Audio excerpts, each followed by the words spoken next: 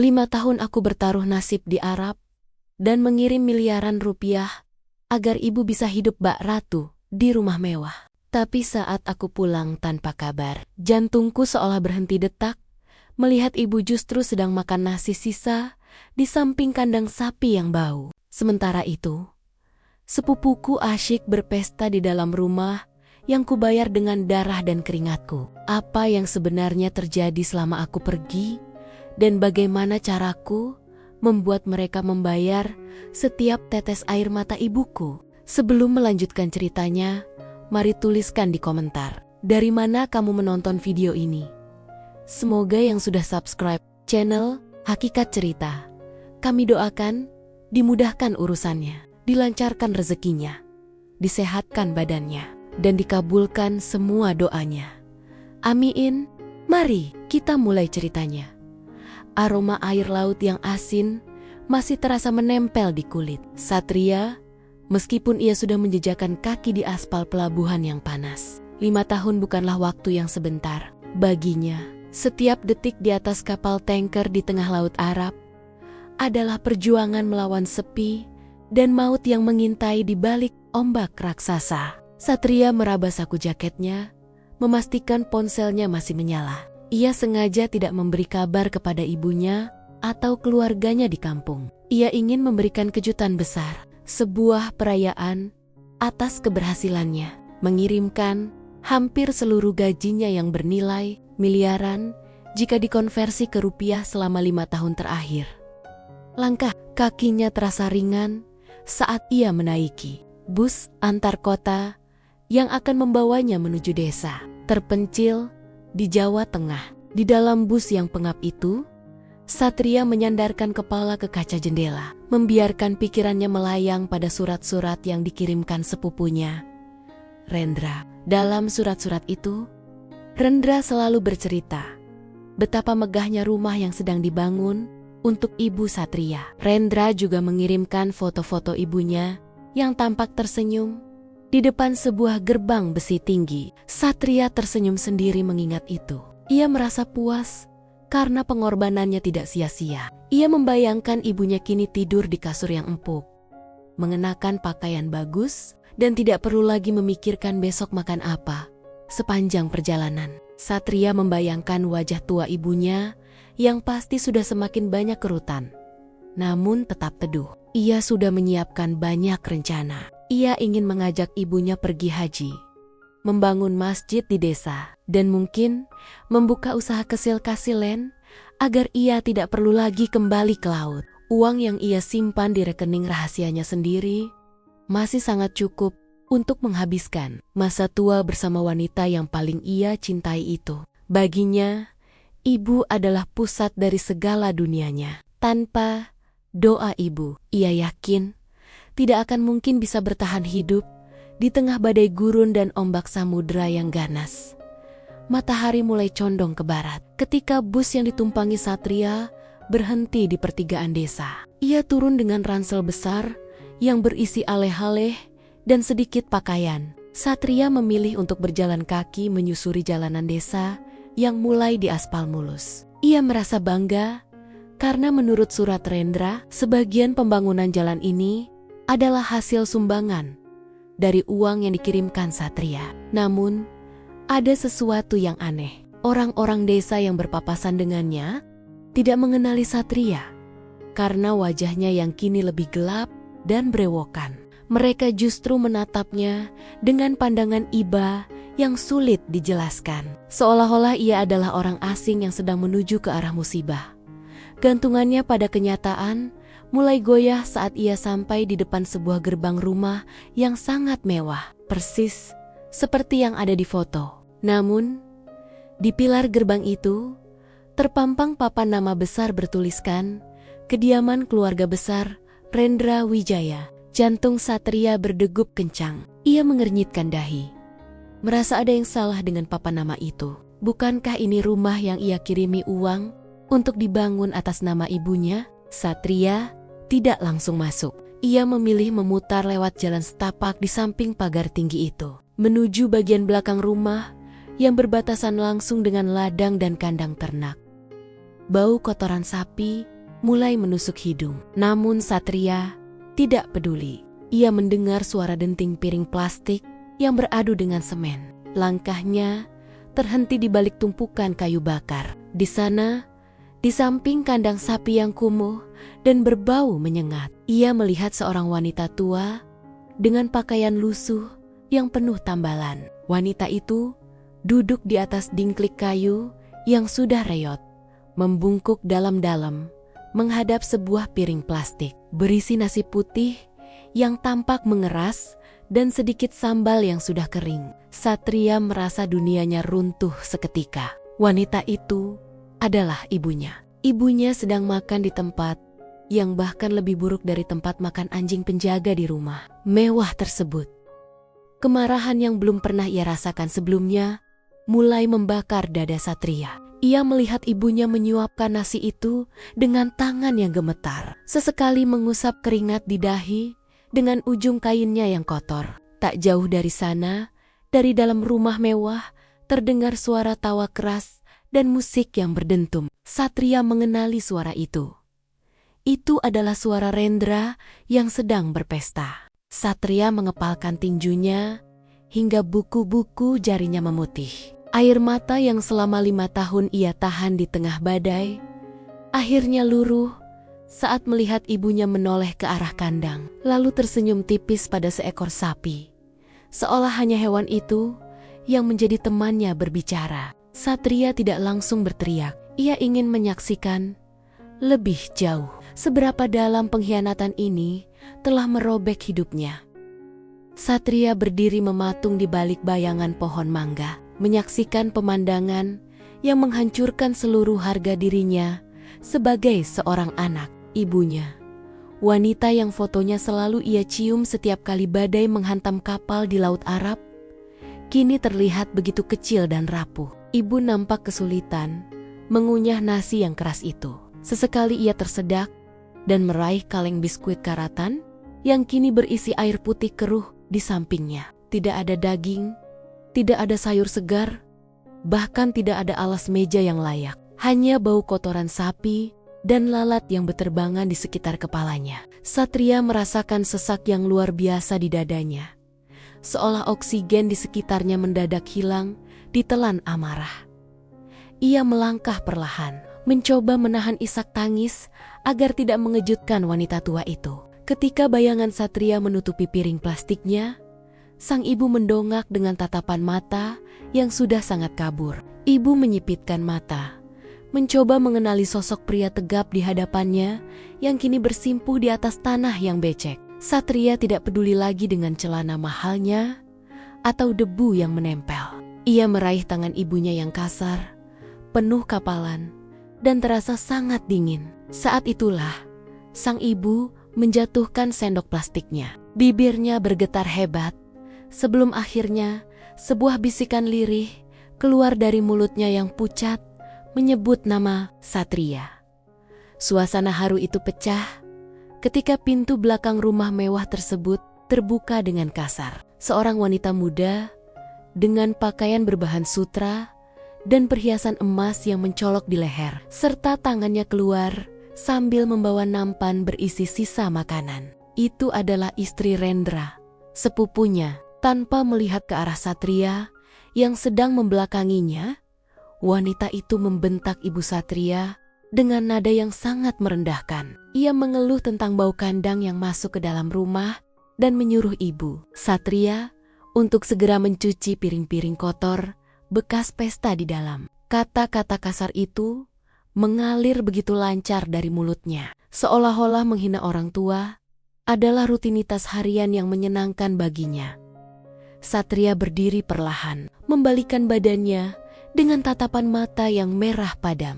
Istri Rendra tersentak, hampir menjatuhkan nampannya saat melihat sosok pria asing yang tampak sangat menyeramkan dengan aura kemarahan yang meluap-luap. Namun, karena Satria mengenakan pakaian yang tampak biasa saja, setelah perjalanan jauh, wanita itu kembali memasang wajah angkuh. Ia bertanya dengan ketus, siapa Satria dan berani-beraninya masuk ke area pribadinya. Satria tidak menjawab dengan kata-kata. Ia hanya menatap tajam ke arah kalung emas yang melingkar di leher wanita itu. Ia tahu persis kalung itu karena ia sendiri yang mengirimkan uang khusus untuk membelikan ibunya perhiasan serupa 2 tahun lalu di dalam rumah. Suara tawa Rendra masih terdengar nyaring, kontras dengan kesunyian yang mencekam di samping kandang sapi. Satria mengepalkan tangannya kuat-kuat, menahan diri agar tidak melakukan tindakan gegabah yang bisa merusak rencananya. Ia menyadari bahwa memukul Rendra saat ini hanya akan memberikan kepuasan sesaat. Ia ingin sesuatu yang lebih besar, sesuatu yang akan membuat mereka merasakan penderitaan yang sama, atau bahkan lebih buruk dari apa yang dialami ibunya selama 5 tahun ini. Dengan suara yang sangat tenang namun dingin, Satria hanya berkata bahwa ia adalah seorang pengembara yang numpang lewat. Lalu ia memapah ibunya masuk ke dalam gubuk reot di samping kandang tersebut, meninggalkan istri Rendra yang masih menggerutu kebingungan. Malam itu, di dalam gubuk yang atapnya bocor di beberapa titik, Satria mendengarkan cerita ibunya dengan hati yang tercabik-cabik. Ibunya bercerita dengan suara gemetar bahwa sejak tahun pertama Satria pergi, Rendra sudah mengambil alih semua kiriman uangnya. Rendra memaksa ibunya menandatangani berbagai dokumen dengan alasan untuk mempermudah pembangunan rumah. Ternyata, semua aset, tanah, hingga rekening bank telah dibalik nama menjadi milik Rendra. Ibunya diusir dari kamar utama dan dipindahkan ke dekat kandang sapi karena dianggap merusak pemandangan rumah mewah tersebut saat ada tamu-tamu terhormat datang berkunjung. Satria mengepalkan tinju di bawah meja kayu yang goyang. Ia mengetahui bahwa selama ini foto-foto yang dikirimkan Rendra kepadanya adalah sebuah rekayasa total. Rendra sengaja membawa ibunya ke depan rumah mewah hanya untuk difoto, memberinya pakaian bagus sebentar. Lalu setelah foto diambil, semua pakaian itu diminta kembali dan ibunya dikembalikan ke kandang. Satria merasa sangat bodoh karena telah mempercayai darah dagingnya sendiri. Namun, ia juga sadar bahwa selama 5 tahun di laut, ia telah belajar tentang kesabaran dan strategi. Ia tidak akan membiarkan Rendra tahu bahwa ia pulang dengan membawa sisa kekayaan yang jauh lebih besar dari yang sudah dicuri keesokan harinya. Satria memutuskan untuk memulai sandiwaranya. Ia pergi ke pasar desa dan membeli pakaian yang paling kumuh yang bisa ia temukan. Ia ingin masuk ke dalam rumah itu bukan sebagai seorang miliarder, melainkan sebagai seorang pelaut gagal yang dipecat dan pulang tanpa membawa sepeser pun uang. Ia ingin melihat bagaimana reaksi Rendra dan keluarganya jika mereka mengira sumber uang mereka telah kering. Dengan langkah yang sengaja diseret, Satria berjalan menuju pintu depan rumah mewah tersebut. Ia melihat Rendra sedang bersantai di teras sambil menghisap cerutu mahal, dikelilingi oleh beberapa kawanannya yang juga tampak parlent. Begitu melihat Satria, wajah Rendra yang tadinya ceria mendadak berubah menjadi pucat pasi.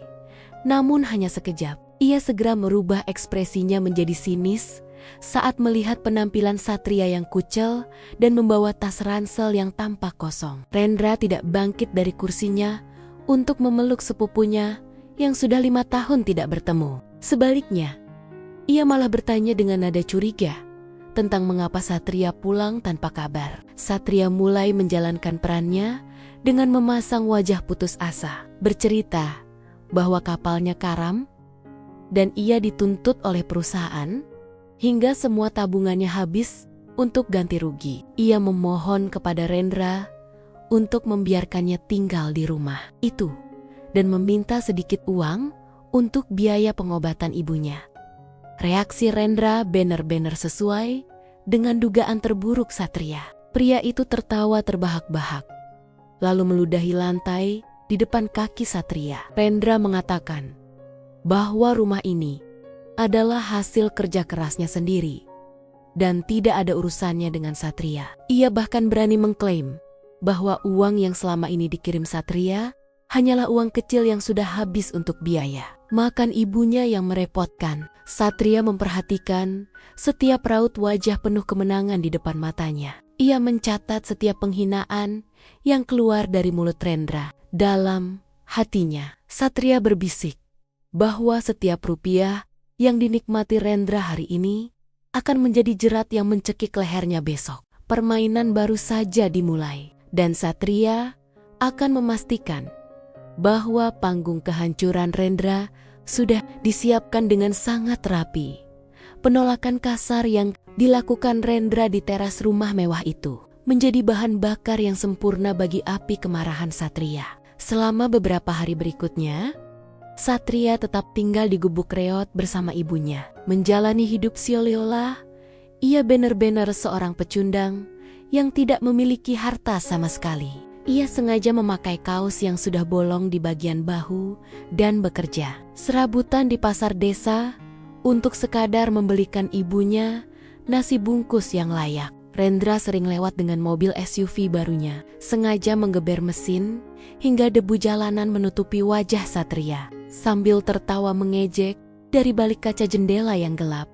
Namun, di balik penampilannya yang memprihatinkan, Satria bergerak seperti hantu di tengah malam. Setiap pukul 2 pagi, saat seluruh penghuni rumah mewah itu terlelap dalam kemabukan pesta, Satria keluar dari gubuk dan menemui seorang pria di mobil sedan hitam yang terparkir jauh di pinggir hutan desa. Pria itu adalah pengacara pribadi Satria yang sengaja ia datangkan dari ibu kota. Mereka memeriksa satu persatu dokumen transaksi bank selama 5 tahun terakhir. Satria menemukan fakta yang jauh lebih menyakitkan. Rendra tidak hanya mencuri uang kirimannya, tetapi juga memalsukan tanda tangan ibunya untuk menjaminkan sertifikat tanah leluhur mereka ke bank demi pinjaman modal usaha yang gagal. Rendra ternyata sedang berada di ambang kehancuran finansial yang tidak ia sadari. Ia terus bergaya hidup mewah, menggunakan sisa uang kiriman Satria yang terakhir. Sementara utang banknya menumpuk karena bisnis ekspor kayu ilegal yang ia jalankan sedang diselidiki pihak berwajib. Satria tersenyum dingin saat membaca laporan tersebut. Ia memutuskan untuk mempercepat kehancuran itu dengan cara yang sangat halus. Ia menyuruh pengacaranya untuk membeli seluruh utang Rendra dari bank secara dayam-dayum melalui perusahaan cangkang. Kini, tanpa sepengetahuan Rendra, Satria bukan lagi sepupu yang ia injak-injak, melainkan pemilik sah dari setiap jengkal tanah dan napas finansial yang Rendra miliki untuk menyempurnakan sandiwaranya. Satria sengaja datang lagi ke rumah Rendra, kali ini dengan akting yang lebih dramatis. Ia memohon di bawah kaki Rendra agar dipinjami uang 1 juta rupiah saja untuk membawa ibunya ke rumah sakit karena sesak napas. Rendra yang sedang merayakan ulang tahun istrinya dengan pesta barbeque di tepi kolam renang, justru menyiramkan sisa minuman keras ke kepala Satria. Ia mencaci Satria sebagai sampah masyarakat dan mengancam akan menyeret ibunya ke panti jompo jika Satria terus mengganggu pemandangan rumahnya. Satria menunduk, bukan karena malu, melainkan untuk menyembunyikan kilatan mata yang menunjukkan bahwa waktu bagi Rendra untuk bersenang-senang sudah habis. Puncak dari kekejaman Rendra terjadi ketika ia mengadakan pesta besar untuk menyambut kolega bisnisnya yang sebenarnya adalah orang-orang suruhan Satria yang menyamar sebagai investor kaya. Satria dipaksa menjadi pelayan di pesta tersebut jika ingin ibunya tetap diizinkan tinggal di kandang sapi. Satria menerima tawaran itu tanpa bantahan sedikit pun. Ia mengenakan seragam pelayan dan berkeliling mengantarkan minuman kepada tamu-tamu yang hadir. Tangannya tetap tenang saat menuangkan sampahnya ke gelas Rendra. Meskipun pria itu berkali-kali menyenggol lengannya dengan sengaja agar minuman itu tumpah ke pakaian Satria sendiri. Di tengah pesta yang meriah itu, Satria melihat ibunya dipaksa oleh istri Rendra untuk membersihkan kotoran anjing peliharaan mereka di depan para tamu. Istri Rendra tertawa sambil menanjuk-nanjuk ibunya, mengatakan kepada tamu-tamu Nia bahwa wanita tua itu adalah orang gila yang mereka rawat karena belas kasihan. Hati Satria mendidih melihat ibunya dipermalukan sedemikian rupa sebagai bahan lelucon. Ibunya hanya menunduk diam. Air matanya jatuh membasahi rumput taman. Namun ia tetap bekerja karena takut Satria akan disakiti jika ia melawan. Adegan itu menjadi palu hakim terakhir bagi Satria untuk menjatuhkan vonis kepada kerabatnya yang tak punya hati itu.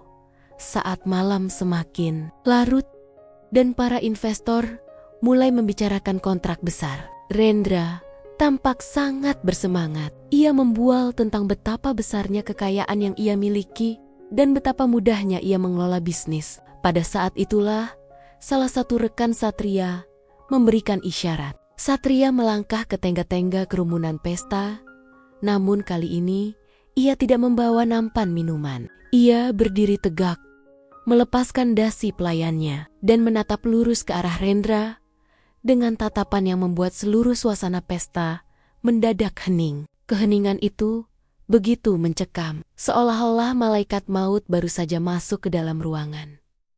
Rendra yang sudah setengah mabuk mulai membentak Satria, bertanya mengapa pelayan sepertinya berani berdiri di tengah tamu VIP.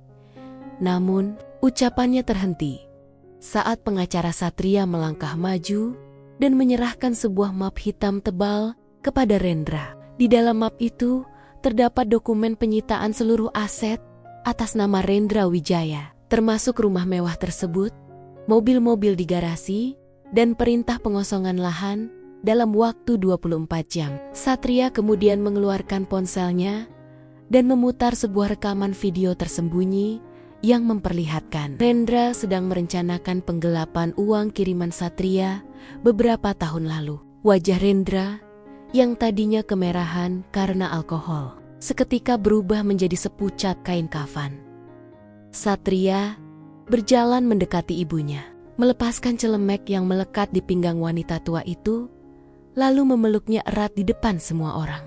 Ia berbisik di telinga ibunya bahwa penderitaan mereka telah berakhir malam ini. Sementara itu, istrinya Rendra mulai berteriak histeris saat menyadari bahwa perhiasan yang ia kenakan pun sudah masuk dalam daftar sitaan. Satria menoleh ke arah Rendra yang masih terpaku lemas, lalu berkata dengan suara yang sangat rendah namun menggetarkan ruangan, bahwa selama ini ia tidak sedang bekerja untuk mengirimkan uang kepada seorang pencuri, melainkan sedang menabung untuk membeli harga diri Rendra yang murah. Malam itu, pesta mewah itu berubah menjadi panggung kehinaan yang akan diingat oleh seluruh desa selamanya. Pagi itu, suasana di desa yang biasanya tenang berubah menjadi gempar. 3 unit mobil polisi dan beberapa petugas dari pengadilan agama serta pertanahan berdiri tepat di depan gerbang megah milik Rendra. Satria berdiri di sana, tidak lagi dengan pakaian kumuhnya, melainkan mengenakan kemeja putih bersih yang pas di tubuh tegapnya. Ia berdiri di samping pengacaranya, melipat tangan di dada sambil memperhatikan petugas yang mulai menempelkan stiker merah bertuliskan "Disita di pilar-pilar rumah". Rendra keluar dengan wajah bantal, hanya mengenakan sarung dan kaos kutang, tampak linglung melihat kerumunan orang yang sudah memenuhi halaman rumahnya.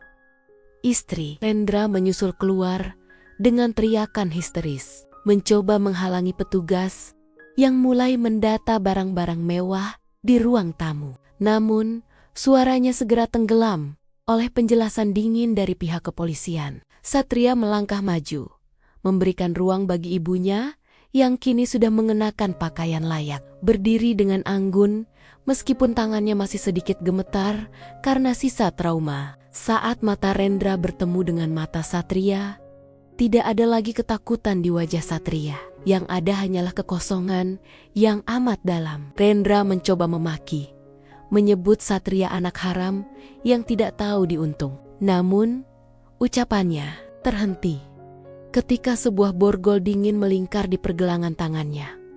Penyelidikan yang dilakukan Satria selama berhari-hari ternyata mengungkap borok yang lebih dalam. Rendra tidak hanya mencuri uang kiriman Satria, tetapi ia juga terlibat dalam skema investasi bodong yang merugikan banyak warga desa. Selama ini, Rendra menggunakan nama besar Satria sebagai pelaut sukses untuk meyakinkan warga agar menitipkan uang mereka kepadanya. Satria memperlihatkan bakti-bakti itu di depan khalayak ramai. Satu persatu warga desa yang tadinya memuja Rendra mulai berteriak marah, menuntut uang mereka kembali. Rendra yang tadinya merasa seperti raja di desa itu, kini melihat rakyatnya sendiri berbalik, ingin mencabik-cabiknya.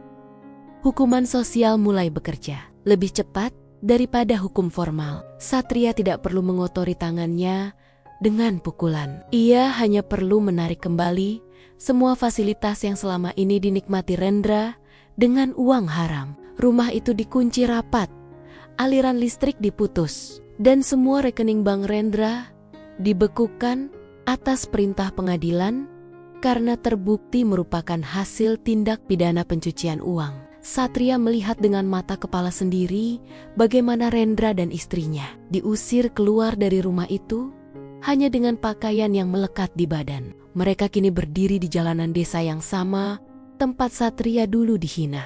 Namun kali ini, tanpa ada satupun orang yang bersedia memberikan tumpangan atau sekadar segelas air putih. Kehancuran Rendra berlanjut ke babak yang lebih menyakitkan. Satria memutuskan untuk tidak menjual rumah mewah tersebut, melainkan mengubahnya menjadi panti jompo dan pusat kegiatan sosial bagi warga desa yang pernah ditipu oleh Rendra. Ia ingin setiap sudut rumah yang dibangun dari tetesan keringatnya di laut itu bermanfaat bagi orang banyak, bukan menjadi monumen keserakahan. Di hari peresmian panti tersebut, Satria mengundang seluruh warga desa untuk makan bersama. Ia mendudukkan ibunya di kursi utama, memberikan penghormatan tertinggi yang selama 5 tahun ini dirampas oleh kerabatnya sendiri. Sementara itu, Rendra dan istrinya terpaksa tinggal di bekas kandang sapi yang dulu mereka gunakan untuk menyiksa ibu Satria. Ironisnya, karena semua aset tanah itu kini secara sah kembali ke tangan Satria. Satria memberikan mereka izin tinggal di sana bukan karena belas kasihan, melainkan sebagai bagian dari hukuman yang hidup. Satria memastikan bahwa tidak ada satupun pengusaha di kota itu yang mau mempekerjakan Rendra. Setiap kali Rendra mencoba melamar pekerjaan, rekam jejak kriminal dan pengkhianatannya yang disebarkan secara legal oleh tim pengacara Satria selalu menjegal langkahnya. Rendra benar-benar menjadi paria di tanah kelahirannya sendiri. Istri Rendra yang dulu gila hormat dan perhiasan, kini harus bekerja sebagai buruh cuci keliling untuk sekadar membeli sesuap nasi. Namun, karena sifat sombongnya di masa lalu, banyak warga desa yang sengaja memberinya tumpukan cucian paling kotor hanya untuk melihatnya kelelahan. Satria memantau semua itu dari kejauhan, memastikan bahwa mereka tidak kelaparan sampai mati, namun juga memastikan mereka tidak pernah lagi mencicipi kemewahan. Ia ingin mereka merasakan bagaimana rasanya setiap hari terbangun dengan rasa malu yang membakar kulit. Persis seperti yang dirasakan ibunya selama bertahun-tahun. Puncak dari penderitaan Rendra adalah ketika ia didiagnosis menderita penyakit saraf yang membuatnya sulit berjalan. Sebuah kondisi yang diperparah oleh stres luar biasa dan lingkungan tinggal yang tidak higienis. Ia yang dulu hobi menendang dingklik tempat duduk ibu Satria, kini harus merangkak di tanah untuk berpindah tempat. Satria datang menjenguknya sekali saja. Bukan untuk memaafkan, tetapi untuk menunjukkan bahwa roda kehidupan telah berputar dan berhenti di titik yang paling rendah bagi sang pengkhianat. Tanpa sepatah kata pun, Satria meninggalkan Rendra yang menangis, merongrong di atas tanah becek, memohon ampunan yang tidak akan pernah datang dari hati yang sudah terlanjur terluka sedalam samudra.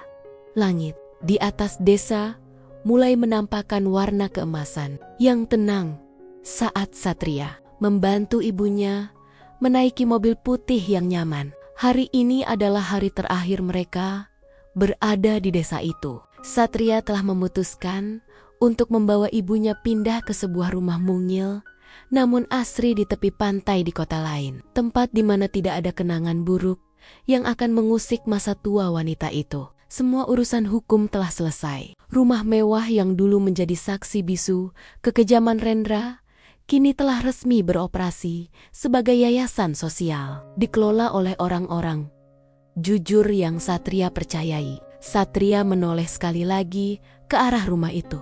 Merasa beban berat yang selama ini menghimpit bahunya, akhirnya terangkat sepenuhnya. Sebelum benar-benar pergi, Satria meminta sopirnya untuk berhenti sejenak di depan jalan setapak menuju kandang sapi yang dulu. Dari dalam mobil, ia melihat pemandangan yang menyedihkan namun adil. Rendra tampak duduk bersandar di tiang kayu kandang yang sudah miring, kakinya yang layu tertutup kain kotor yang dipenuhi lalat. Di sampingnya, istrinya sedang bertengkar hebat dengan seorang penagih utang liar yang rupanya masih mencari mereka akibat tika-tika tosi sisa pinjaman masa lalu. Tidak ada lagi sisa-sisa keangkuhan di wajah mereka. Yang ada hanyalah gurat keputusasaan yang permanen. Mereka akan menghabiskan sisa umur mereka di sana, terjebak dalam kemiskinan dan rasa malu yang tidak akan pernah luntur oleh waktu. Menjadi peringatan bagi siapapun di desa itu tentang bahaya keserakahan. Satria tidak turun dari mobil. Ia merasa sudah tidak ada lagi yang perlu dikatakan. Segala bentuk komunikasi telah putus sejak pengadilan menjatuhkan vonis sita permanen. Ia menarik napas panjang, menghirup udara pagi yang segar, lalu menggenggam tangan ibunya yang kini terasa jauh lebih hangat dan tenang. Ibu Satria menatap anaknya dengan mata yang berbinar penuh kebanggaan. Bukan karena kekayaan yang kembali, melainkan karena melihat putranya tumbuh menjadi pria yang teguh dan memiliki hati yang adil. Mobil itu perlahan mulai bergerak, meninggalkan debu jalanan desa, membawa mereka menuju kehidupan baru yang penuh dengan kedamaian. Di rumah barunya yang menghadap langsung ke laut, Satria menghabiskan pagi dengan menyiapkan sarapan untuk ibunya. Ia tidak lagi memikirkan ombak besar di Laut Arab atau bau minyak di atas kapal tanker. Kini, satu-satunya hal yang ia pedulikan adalah memastikan ibunya bisa menikmati masa tuanya dengan layak, dikelilingi oleh taman bunga dan suara deburan ombak yang menenangkan. Satria menyadari bahwa miliaran rupiah yang ia kumpulkan memang bisa membeli kembali tanah dan bangunan. Namun kebahagiaan sejati hanya bisa didapatkan ketika ia mampu melindungi orang yang paling berarti. Dalam hidupnya, kisah Satria pun menjadi legenda di desanya. Sebuah cerita tentang seorang pelaut yang pulang bukan hanya membawa harta, melainkan membawa kebenaran yang tak tergoyahkan. Sementara itu, di gubuk kandang sapi yang kumuh, Rendra hanya bisa menatap laut dari kejauhan dengan air mata yang terus mengalir, menyadari bahwa ia telah menukar kasih sayang persaudaraan dengan kemewahan palsu yang kini telah lenyap tak berbekas. Ia harus menjalani sisa hidupnya dalam penderitaan yang ia ciptakan sendiri. Di bawah bayang-bayang kegagalan yang akan menghantuinya sampai napas terakhir, Satria telah memenangkan pertempuran hidupnya, meninggalkan masa lalu yang pahit demi fajar baru yang jauh lebih cerah.